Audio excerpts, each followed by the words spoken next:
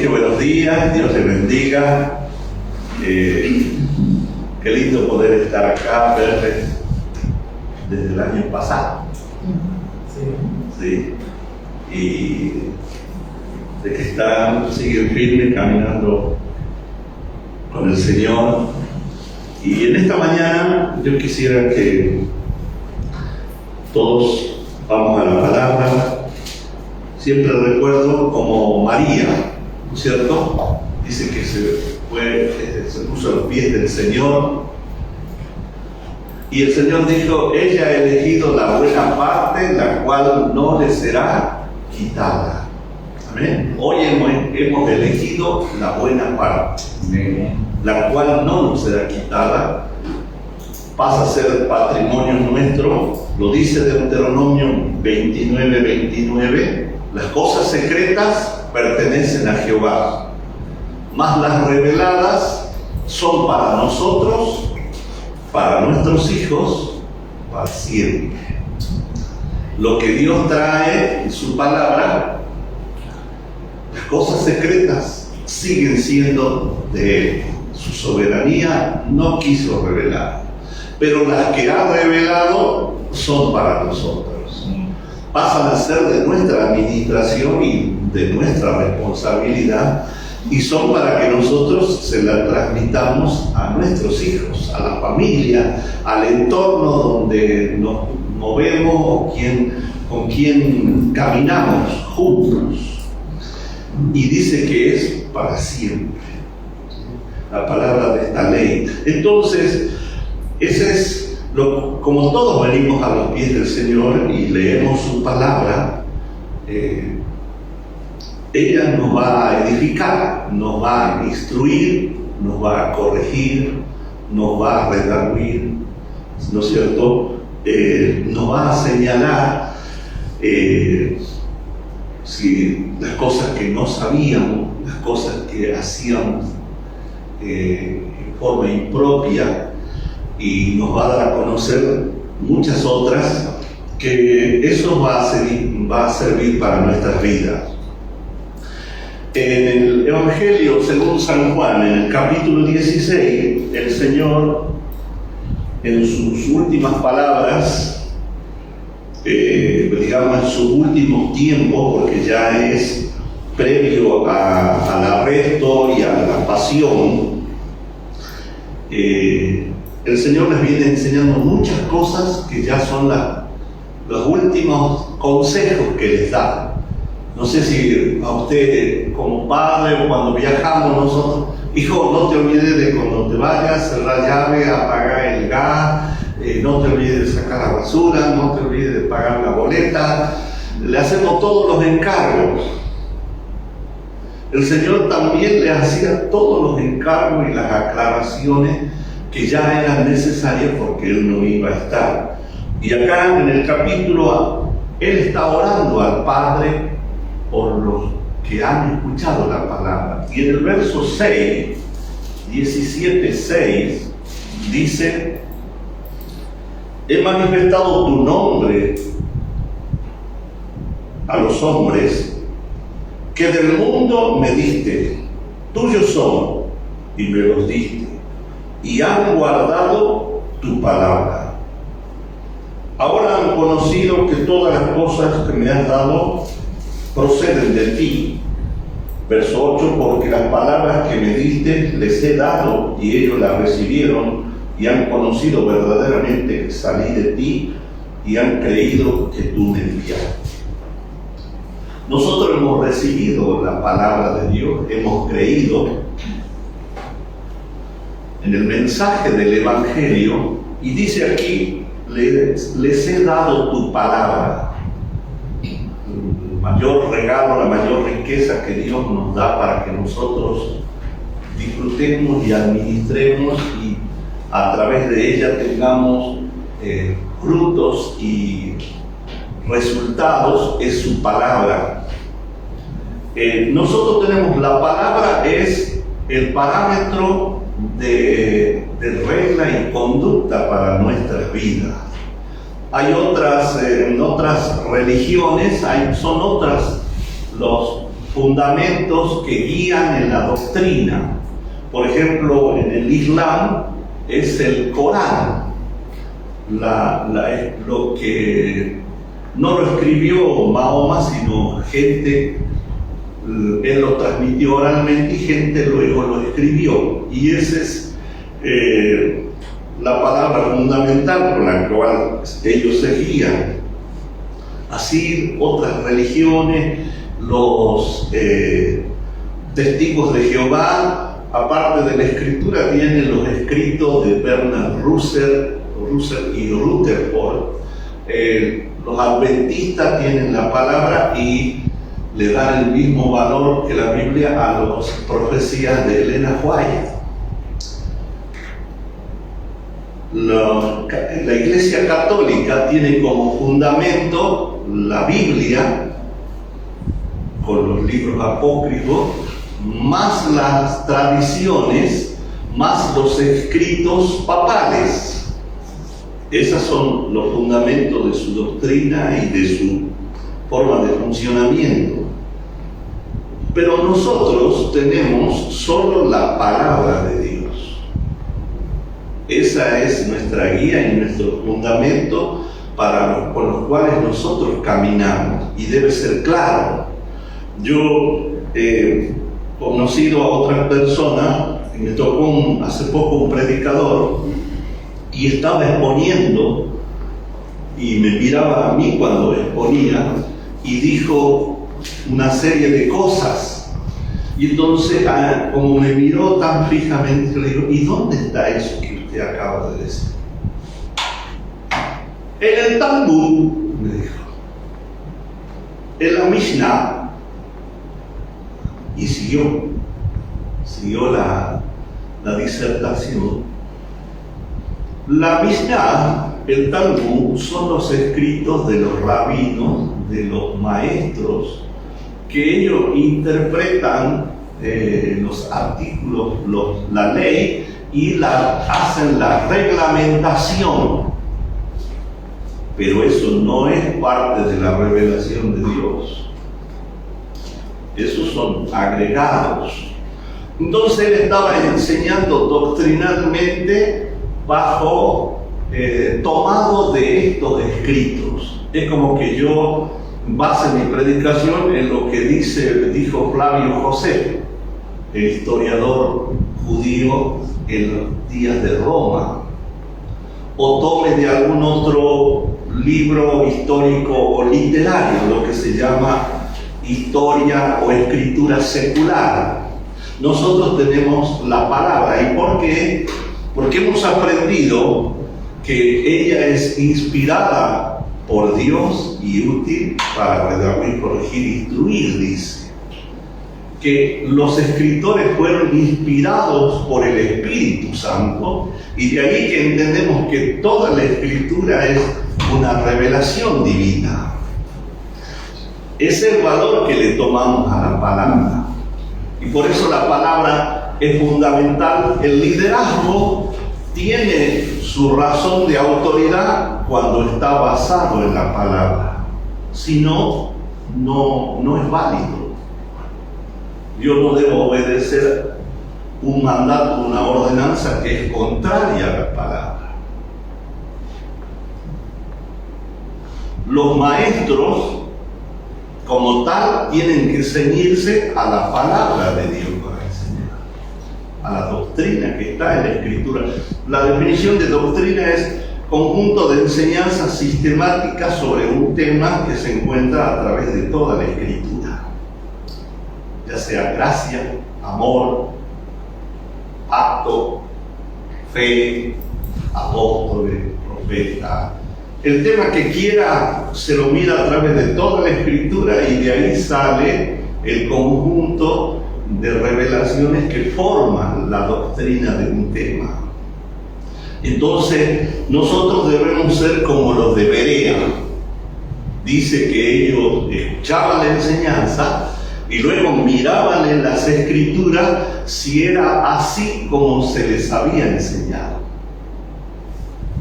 Decía un pastor amigo del campo, Dice, no se tragaba la batata, decía él. No se dejaban engañar, porque era elocuente, porque era ferviente, o porque la vestimenta o las credenciales lo hacían tal. No, que esté en la palabra. Y que hasta el verso, cuando uno lee libros, tenemos que a veces ir y corroborar si el versículo dice así, porque a veces se lo ha mutilado al versículo o se le ha cambiado el orden, las comas y los verbos cambian el sentido.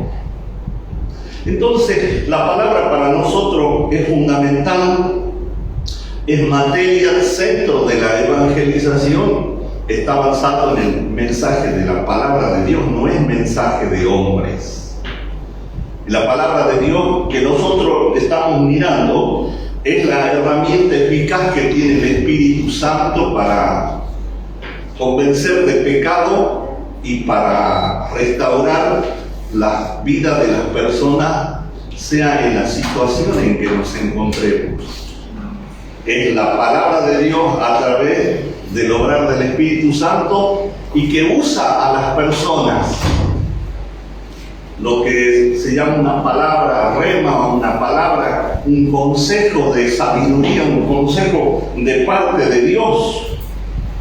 Esta palabra que el Señor les había entregado a los apóstoles, a los discípulos, y por ende nos ha llegado a nosotros, es una de las cosas más preciadas. En los días de Jesús, la enseñanza de la palabra estaba sufriendo situaciones muy críticas.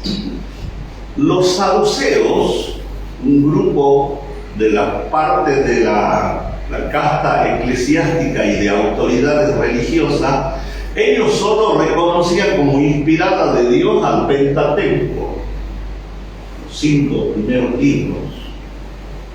Así como los samaritanos, ellos también tenían como inspirado, como revelación, reconocían los escritos de Moisés, nada más. No así los libros proféticos, los libros poéticos. Y entonces los saduceos, la Escritura nos lo deja ver que ellos no creían en la resurrección, ni en temas de ángeles. Entonces todo eso estaba cortado, mutilado, olvidándose lo que en Deuteronomio, vamos a leer, o va a poner la pastora, Deuteronomio 4:2. Deuteronomio 4:2.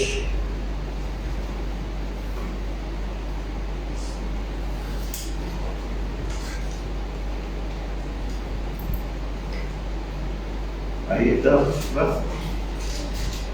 Deuteronomio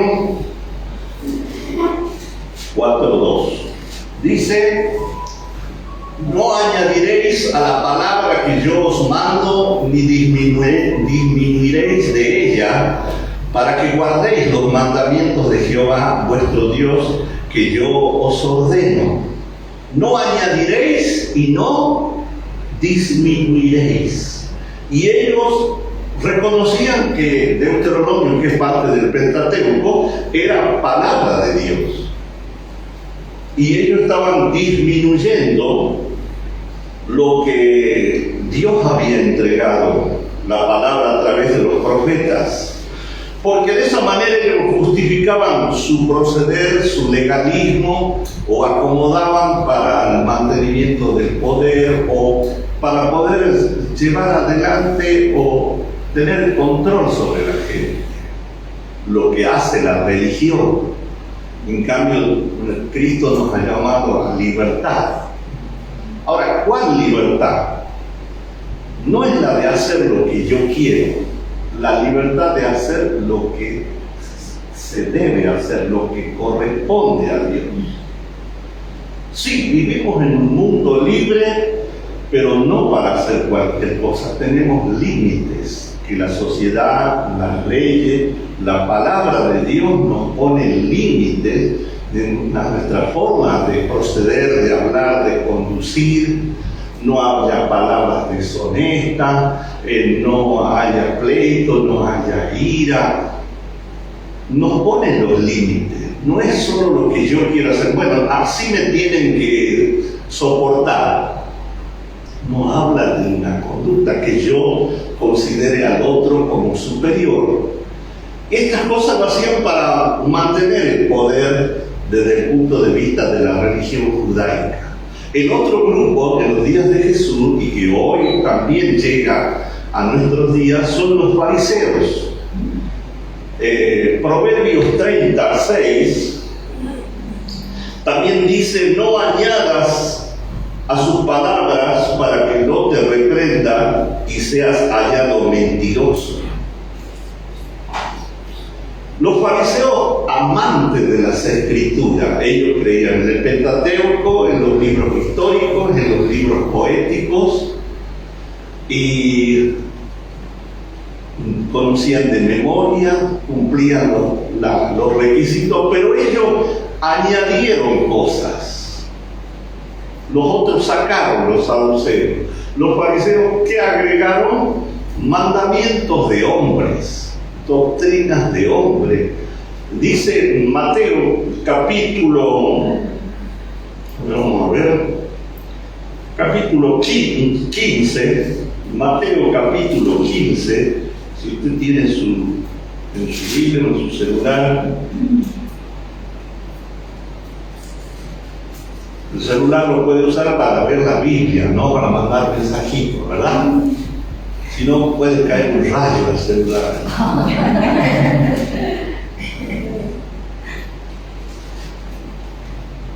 Así decía yo. No, yo voy a orar para que le caiga un rayo al lado. Solamente un aviso, una alerta. Y si el celular es un iPhone, sale caro, ¿no? Capítulo 15, versículo 9, para que lo podamos ver o lo puedan leer, dice: pues hermanos me honran enseñando como doctrinas mandamientos de hombres. Ellos añadían mandamientos de hombres. No, Dios no lo dijo. No lo dijo ni a través de los profetas, de los escritores.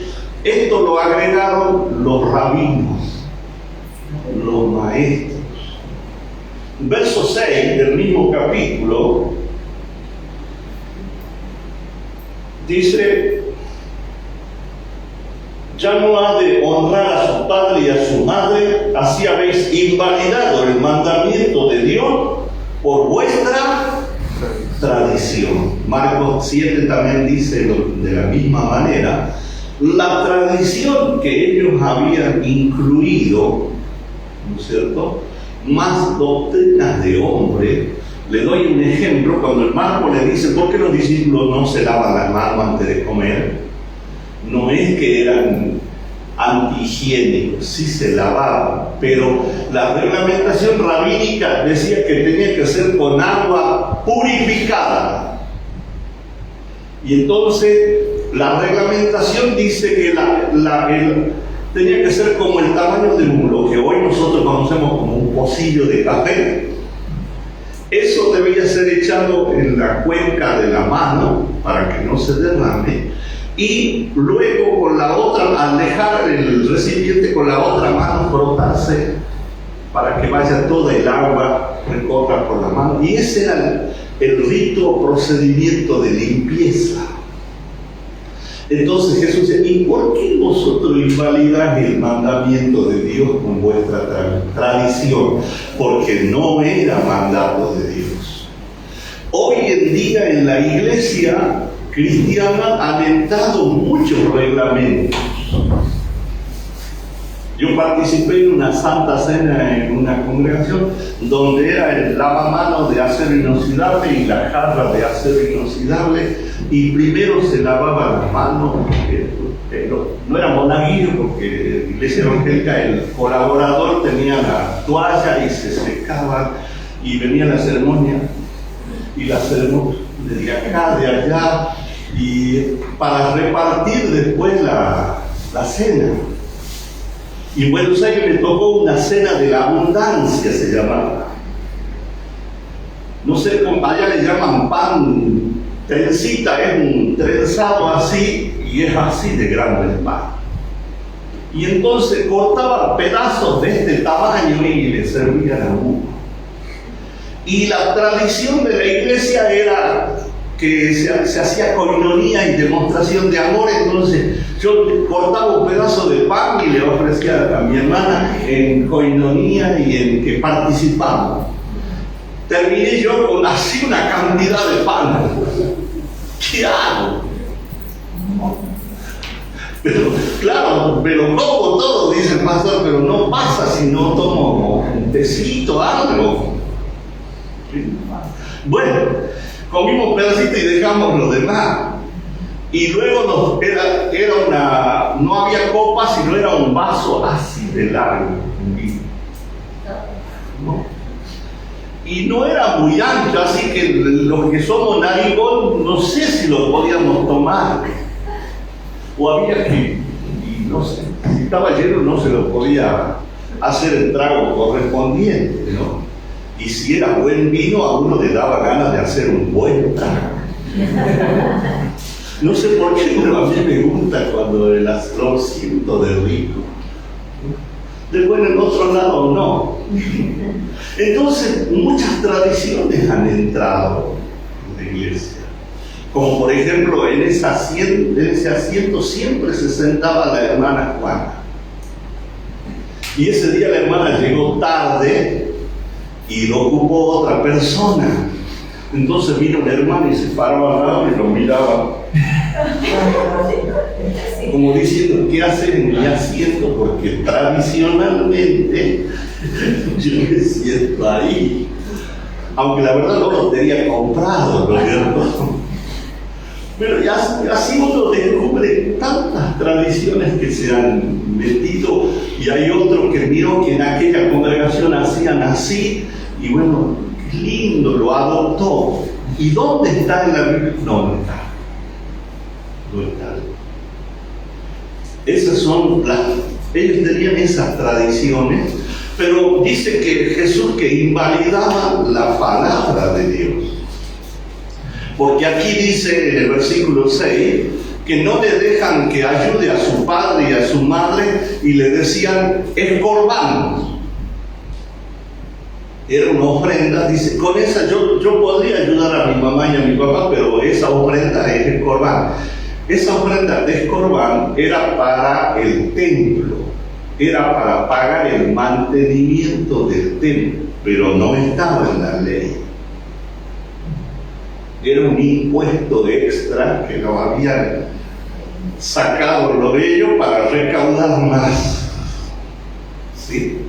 Entonces, dice Jesús, ustedes le están impidiendo de que realmente cumplan lo que la Biblia dice, honra a tu padre y a tu madre, que le ayuden. Entonces, el Señor Jesús le dice, ustedes están infringiendo esto con tradiciones, con doctrinas de hombres. Usted sabe que la Biblia nos dice que hay 3 clases de doctrina, ¿cierto?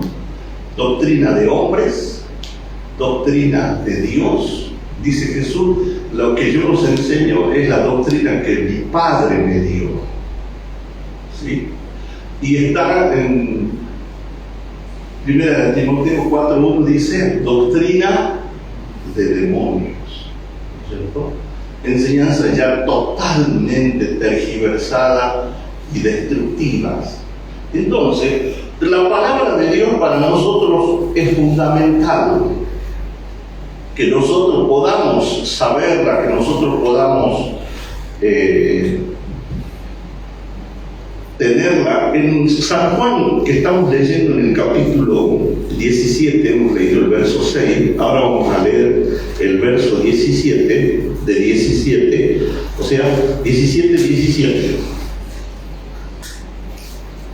Dice el Señor en la oración que está haciendo, guarda a los hermanos, no los quites del mundo. Juan 17 de Juan. Sí, está bien. Santifícalos en tu verdad. tu palabra es la verdad. La palabra de Dios es el elemento santificador, limpiador de nuestras vidas. Porque cuando entramos al reino de Dios y empieza a fluir la revelación, la luz de Dios, entendemos qué es idolatría y qué no es idolatría. Ya no nos persignamos cuando pasamos por un edificio. Cuando nosotros éramos chicos y jugábamos a un deporte, al béisbol, pasábamos por el edificio y había uno de los chicos que era el correo. Pero como tenía forma larga, para él era la iglesia. Entonces él se presentaba en el correo. Hasta que después le explicaron que ese no era un templo católico. Entonces, cosas que uno ve, ¿no es cierto? Acá dice, tu palabra es la que santifica. La palabra es la que nosotros, dice que con Salmo 119, versículo 9,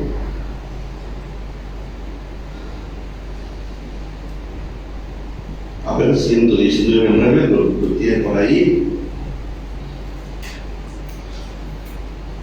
Hablando de santificación, ¿con qué limpiará el joven su camino? Con guardar tu palabra. Limpiar es santificar, es caminar conforme quiere el Señor, una vida que agrade a la persona, pero fundamentalmente que agrade a Dios, que Dios pueda ver que nuestros corazones y nuestros hechos son concordantes. En el verso 6 del mismo capítulo, hemos visto el 11 era, ¿no? Hemos visto el 10. Veamos el 11. Dice, en mi corazón he guardado tus dichos, o sea, las palabras de Dios, para no pecar contra ti, porque es un elemento purificador. Hebreos dice que la palabra de Dios es eficaz, más penetrante, más cortante, es la única que puede discernir los pensamientos de las intenciones. Hay veces nosotros no podemos conocer las intenciones, pero la palabra nos hace conocer las intenciones y discierne los pensamientos. Entonces, es tan importante la palabra y ella nos enseña tantas cosas. Yo quisiera ir a uno de los temas de la palabra. En el libro de Efesios, capítulo 2, esta fue la introducción. Filipenses dice que el creyente debe estar asido de la palabra de Dios. En Hechos, capítulo 2, tenemos lo que se conoce como Pentecostés, el derramamiento del Espíritu Santo. Hechos, dije otro nombre, capaz que dije hebreo, ¿no? Hechos 2, la venida del Espíritu Santo.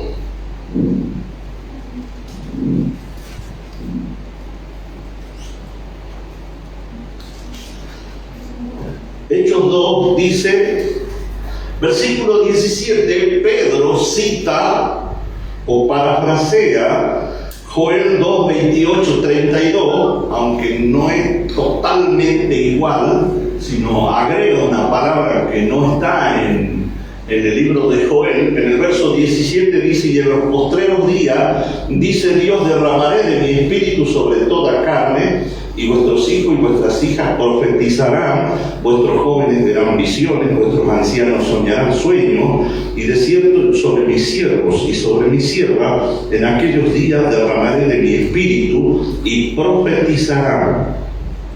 Esa palabra no está en Joel, sino Pedro la agrega porque es algo, porque acababa de caer el Espíritu Santo, había sucedido un ruido como lenguas de fuego y algunos estaban gozosos y algunos estaban alabando a Dios en diferentes idiomas. Entonces dice, esto Porque algunos dicen, se pasaron de copa, están ebrios. Y dicen, no, no es que están ebrios. Ellos han recibido lo que Dios prometió allá 400, 500 años antes por el profeta Joel, que derramaría el Espíritu Santo, y hoy ha empezado a cumplirse esta palabra. Y dice que vuestros hijos y vuestras hijas profetizarán. Vuestros jóvenes verán visiones y vuestros ancianos soñarán sueños. Sobre eso quiero hablar solo un poquitito de lo que la palabra nos enseña de él. Dice que Dios nos va a hablar por sueños y visiones. Usted recordará que Dios habla por 11 maneras normalmente. Uno, por la escritura. 2, por la predicación. 3, por la enseñanza. 4, por ángeles. 5, por profetas. 6, por sueño. 7, por visiones. 8, voz audible. 9, voz interna. 10, la alabanza. 11, las circunstancias. De todas ellas se sirve Dios para hablarnos, pero nos ha dado la palabra escrita. Pero también Dios nos habla acá dice que en esta temporada, que también se traduce la palabra oikonomía como dispensación, administración de la casa, como estuvo predicando el apóstol Lara, y dijo que esta temporada es eminentemente apostólica, y yo digo y profética, porque acá dice que también se manifestará, y dice Efesios 2 que la iglesia es edificada por apóstoles y profetas. Que todos los escritores son apóstoles, es verdad, pero muchos de los escritores también son profetas. Y acá dice que entre las muchas formas que Dios nos hablará, nos habla por sueños y visiones. Formas en que Dios tiene para comunicarnos cosas. Y entre ellas, la Escritura nos enseña cómo nosotros poder interpretar los sueños y las visiones. Y entre los principios que la palabra de Dios nos dice, el más importante es Génesis 48. Génesis 48. Génesis 48. Dice, no lo busco yo, quiero que lo busquen. Ellos le dijeron, hemos tenido un sueño y no hay quien lo interprete. Entonces le dijo José, ¿no son de Dios las interpretaciones? Contádmelo ahora. Es el copero, el panadero que han tenido sueños, y dice, no tenemos quien lo interprete. Y José le hace una pregunta en forma irónica. ¿No sabe quién tiene todas las interpretaciones? ¿No son de Dios todas las interpretaciones? Le está diciendo, ¿cómo no sabés este principio? Es como que yo le pregunte a usted cuánto es 2 más 2. Creo que todos lo deberemos saber, ¿no es cierto? Es 3, ¿no es cierto? Esto, y ellos no lo saben. Bueno, contámelo ahora el sueño. La respuesta a esta pregunta es: Dios tiene las interpretaciones de todos los sueños. Por supuesto, debo aclarar los sueños que vienen de Dios, porque los sueños pueden venir de la actividad cerebral de uno, de los intereses que tiene mi corazón, y hasta pueden haber sueños que vienen del otro lado, sueños de terror, que le persigue un animal, le quiere destruir, alguien le quiere matar. Esos sueños no vienen de parte de Dios. Pero los sueños que son de Dios, todas las interpretaciones, ¿quién la tiene? Dios. Y usted se va a encontrar como yo, que casi todos los hermanos tienen sueño en algún momento, o algunos lo tienen muchos. Y no sé qué significa. Y yo le digo, ¿y no preguntaste? No, dice. Lo más elemental, pregunte a Dios, que es el que tiene todas las interpretaciones. Dios es el que le va a dar la interpretación. Alguien dirá, bueno, pero ¿por qué Dios no me lo dice así sencillito en una sola frase? Hay muchos motivos. Entre uno de los fundamentales es que Dios quiere ahondar la comunión, que a lo mejor no hay mucha. Y en otro caso es que somos tan cabezones que no nos entra. Y ya lo vamos a ver en la Escritura, que Dios dice que esa es una de las causas. Que a veces no la podemos entender en despierto, Dios lo tiene que hacer en dormido. Entonces, esta ley es una de las leyes fundamentales en el tema de sueños. La segunda ley es que Dios me puede hablar a mí, porque hay personas que dicen, no, ¿qué me va a responder? Dios debe estar muy ocupado, debe tener así una lista de carpetas. Gente que le pide todo lo que me va a atender a mí mi pedido.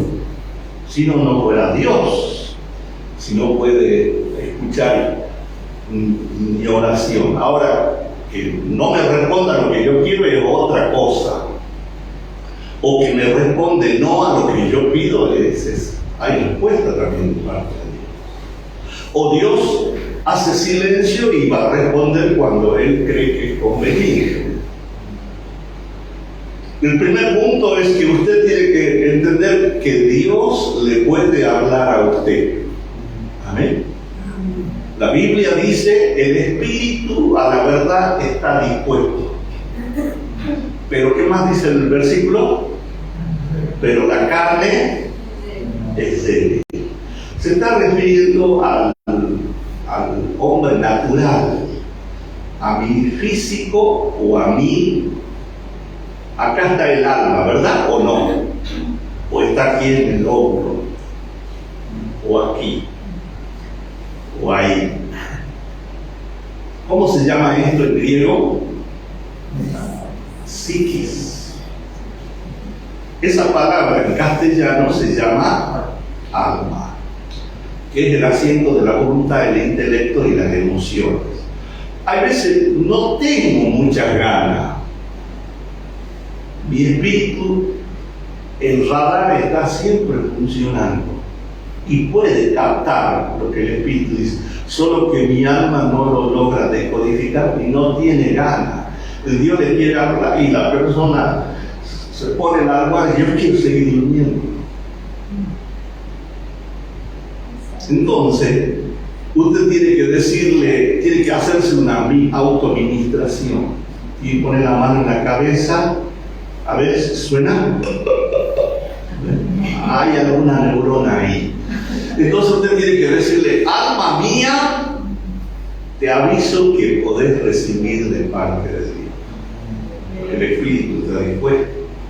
Ella es la que tiene que alinearse. Por eso en Salmo 103 dice, bendice, alma mía, al Señor, que bendiga todo mi ser su santo nombre.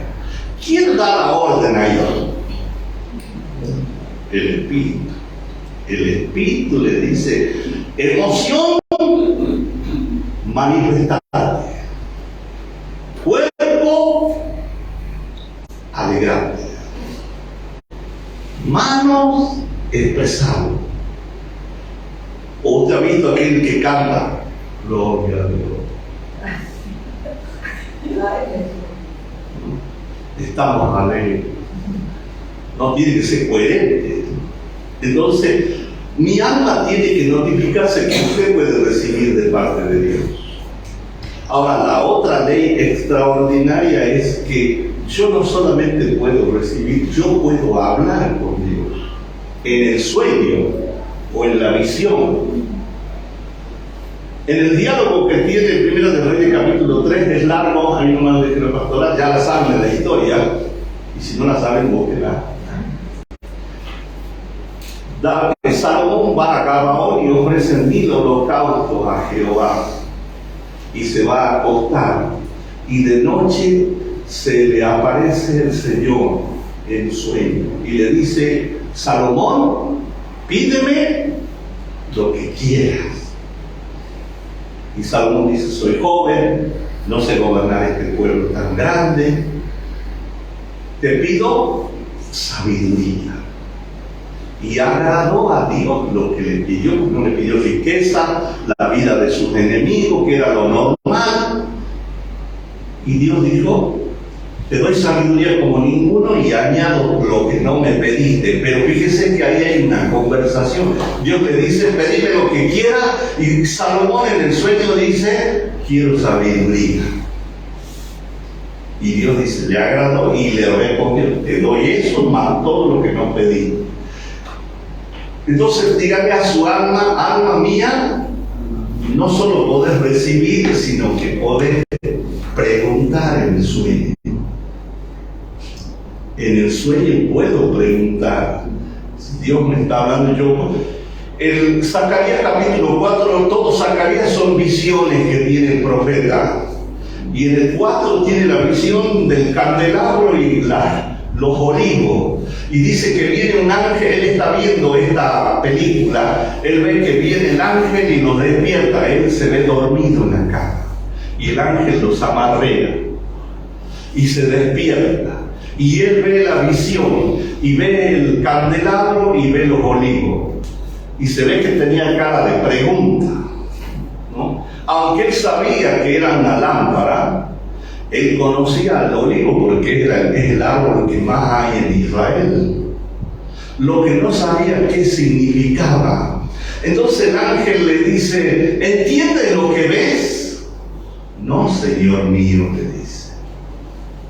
¿Qué es? De la palabra para Zorobabel, no con espada ni con ejército ha dicho Jehová. ¿No? Y los olivos, no sabe. No, Señor. ¿Qué es? Estos son los dos ungidos. Vino la interpretación y la aclaración para el profeta. Usted y yo podemos preguntar en el sueño, y si no nos dio para preguntar, cuando se despierta usted puede orar y preguntar: ¿qué es eso? ¿Qué significa eso que vi? ¿Qué significa eso? Yo sé que una lámpara, yo sé que son elementos que le eran común al profeta. Hoy a lo mejor usted sueña con un lavarropa, o sueña con un auto, o sueña con una batidora. ¿Y qué? Yo sé que con esto hago juguito. Pero ¿qué significa? Dios nos lo va a llevar a la interpretación. Y hasta puedo decirle: y mostrarle la palabra, el significado, y Dios nos va a guiar a la palabra. Pero es para el que pregunta, porque Dios tiene todas las interpretaciones. Amén. Hola, no sé cuánto, hasta las 2 tenemos, pastor. Sí. Ya viejo el chiste, ¿no? Proverbios 33.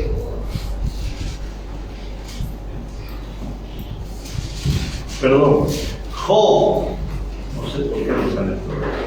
Job está teniendo el diálogo con uno de los extraordinarios amigos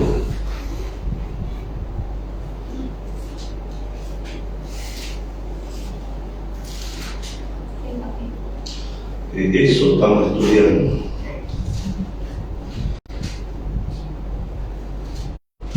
Y habla de sueño.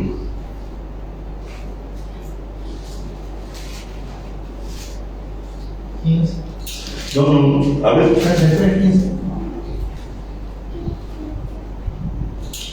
Perdón, un segundito. Error de imprenta se llama.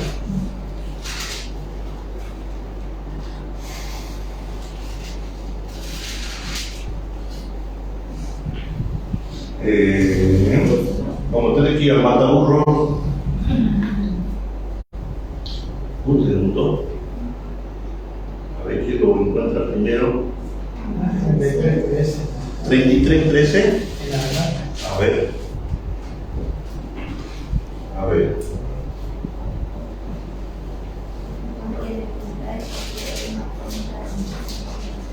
Sueño, dice la palabra sueño.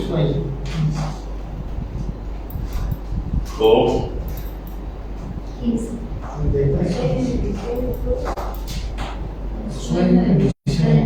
sí, ahí está. Dice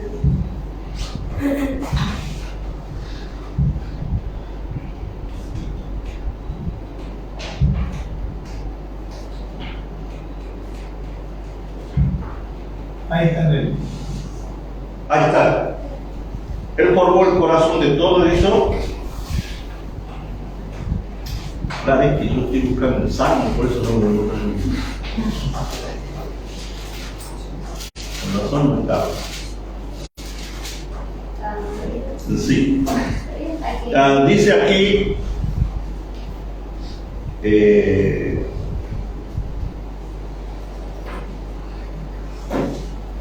verso 14. Sin embargo, en una o dos maneras habla Dios, pero el hombre no entiende. Por sueño, en visión nocturna, cuando el sueño cae sobre los hombres, cuando se adormecen sobre el lecho, entonces Dios revela al oído de los hombres y les señala su consejo, para quitar al hombre de su obra y para apartar del varón la soberbia. Detendrá su alma del sepulcro y su vida de que perezca en espada. Dios a veces habla en sueño porque la persona no entiende lo que se le habla despierto, no lo logra captar. Entonces Dios dormido se lo tiene que graficar. Y normalmente esta es una de las razones que muchas veces hay sueño. Dios está advirtiendo de cosas equivocadas. Dice aquí, le señala su consejo para quitar al hombre, verso 17, de su obra y apartar del varón la soberbia. Quiero darle un ejemplo de la vida de este tiempo. Un varón de Dios tuvo un sueño y él soñó que pasaba por frente de un aeropuerto y veía que venía un avión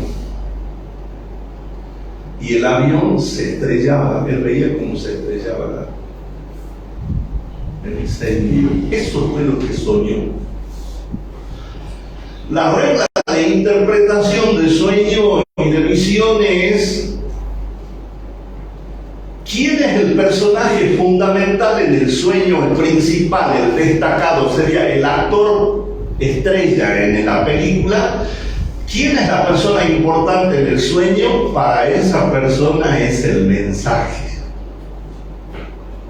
En el copero, él soñó los racimos que eran exprimidos, caían en la copa y luego él se veía entregando la copa al rey. ¿Quién era el personaje importante ahí? Central.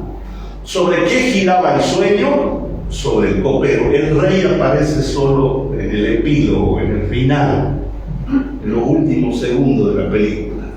Entonces el sueño es la interpretación para él. Por eso José, cuando se lo interpreta, le dice que el mensaje era para él.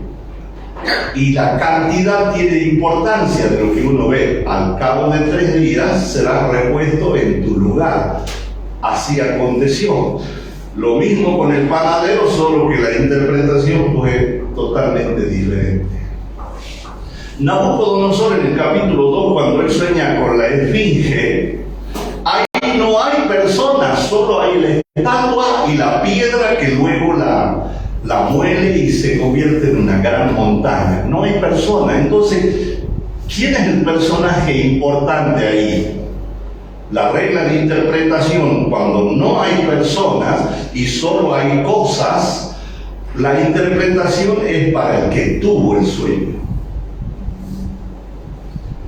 Por eso el mensaje de Daniel le dijo que Dios le hacía saber a él lo por venir, tocante al imperio.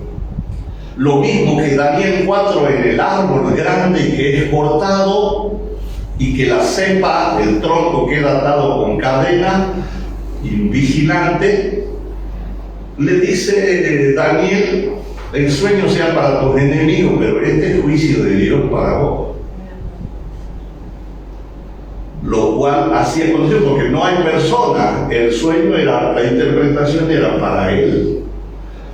Entonces, aquí, en este sueño que tuvo este hermano, no había persona, él solo miraba cómo el avión venía y se estrellaba. En la interpretación, casa, auto, colectivo, barco, avión, simbolizan la iglesia y las personas. ¿Quién había tenido el sueño? El hermano. ¿Sabe cuál era la interpretación? Tu ministerio se está por destruir, porque para él era el mensaje. Para él era el mensaje. Él vio cómo el avión venía. En el plano natural, muchas veces le ministraron diciendo, corregí esta situación, esto no está bien, esto está torcido matrimonialmente, esto va a terminar mal, no, que no, hasta juraban. ¿Cuál fue el final? Matrimonio destruido, su ministerio destruido. Así como él lo vio, Dios le dice aquí, le muestra para quitarle al hombre de su soberbia, de su desviación. En este caso Dios lo usa porque en lo natural no lo entiende la persona o no quiere aceptar el mensaje o la corrección o la alerta de parte de Dios. Acá dice, cuando se adormece sobre su lecho, entonces revela al oído de los hombres y le enseña su consejo. Esa era la advertencia de Dios. Esto puede terminar muy mal, para quitar al hombre de su soberbia. Entonces, la Escritura nos enseña cómo a nosotros interpretar los sueños. Por ejemplo, la visión que tiene Pablo en Hechos, la encomienda de Dios es ir y predicar el Evangelio a todo el mundo. Entonces ellos estaban yendo para allá, pero el Espíritu Santo se lo prohibió. Y de noche tuvo una visión un varón macedonio. Entonces entendió el mensaje de Dios, que era dirigirse, aparte que el varón macedonio le decía, ven y ayúdanos, ¿no es cierto? El Señor nos enseña los principios. Si usted no lo entiende al sueño, escríbalo. Dice Habacuc 2:2, escribe la visión, porque luego verás que se cumple aunque tardare. O si no, porque tengo que escribir para no olvidarme, porque si yo no escribo, después me olvido detalles. Y si usted soñó con un barco y una pelea y después vio Piratas del Caribe, va a mezclar las cosas. Y ya no sirve, ya no hay interpretación. Y la otra, si usted no escribe, después usted agrega o quita cosas. Escribe la visión para que luego yo pueda tener clara. Por eso a los profetas les manda escribir las profecías, las visiones que tienen, para que quede bien documentada, porque después se van a corroborar. La verdad, nosotros, de los del Antiguo Testamento, nosotros tenemos el Espíritu Santo y tenemos las Escrituras. ¿Qué es lo que tenemos que hacer? Pregunte al autor. Ahora, no quiere decir que la primera viene la respuesta, puede venir en la segunda, en la tercera, pero Dios va a dar la respuesta. Y los sueños y las visiones no solo se circunscriben a cosas eclesiásticas. Puede ser que Dios le revele cosas laborales, empresariales, familiares, conyugales, ministeriales, profesionales. Dios es un Dios que revela toda clase de cosas. Dios ha revelado en sueño a personas construir algo que nadie se ha imaginado. O una hermana le ha dado la fórmula de la torta que a todo el mundo le va a gustar. O sea, no lo circunscriba a las revelaciones que solo va a ser algo eclesiástico. Involucra todos los aspectos de la vida. En un estudio, en el trabajo, en la casa, en la familia, para la nación. Hay cosas que si usted busca y pide a Dios, Dios le muestra qué viene, qué pasa para la nación. Y entonces oramos con una mayor precisión. Como verán, la palabra de Dios es viva y eficaz, y penetrante, y divide y aclara. Pero para eso yo tengo que comer asidos de la palabra de Dios, dice Pablo. Entonces yo quiero que ustedes valoren la enseñanza, la palabra que se entrega acá. Los días de estudio o las reuniones que se han hecho por Zoom de las diferentes maneras. Eso es lo que Dios nos está dando para santificarnos, para andar correctamente, para ser idóneos, aprobados delante de Dios, para distinguir lo que es de lo que no es, hermano. Hay tantas cosas que parecen y no son. O nosotros mismos, si miramos para atrás, vivimos cosas que sabemos que hoy estaban equivocadas. Pero no seguimos con esa equivocación.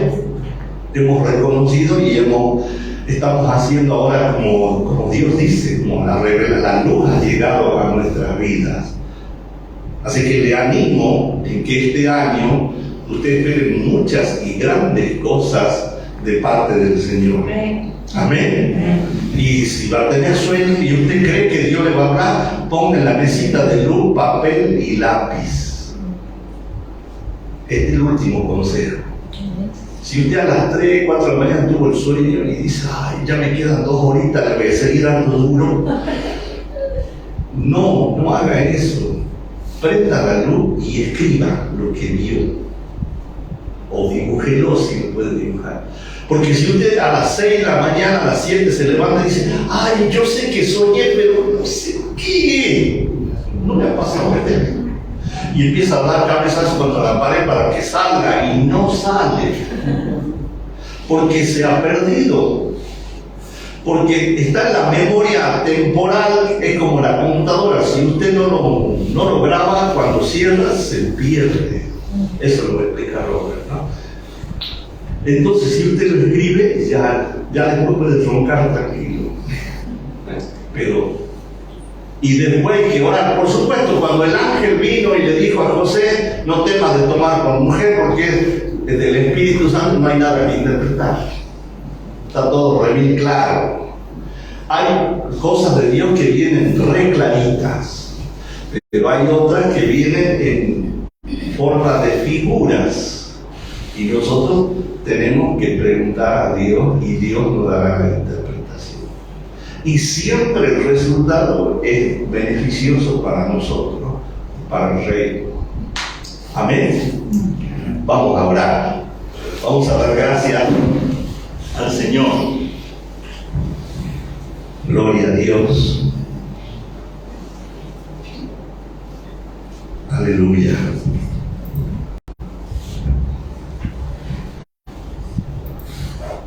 Señor, en esta mañana que estamos juntos, te damos gracias por este día. Gracias por el techo, el abrigo, el sustento, la familia, la palabra, la libertad que tenemos, los pastores que nos has dado, los ministerios que nos enseñan. Gracias, Señor.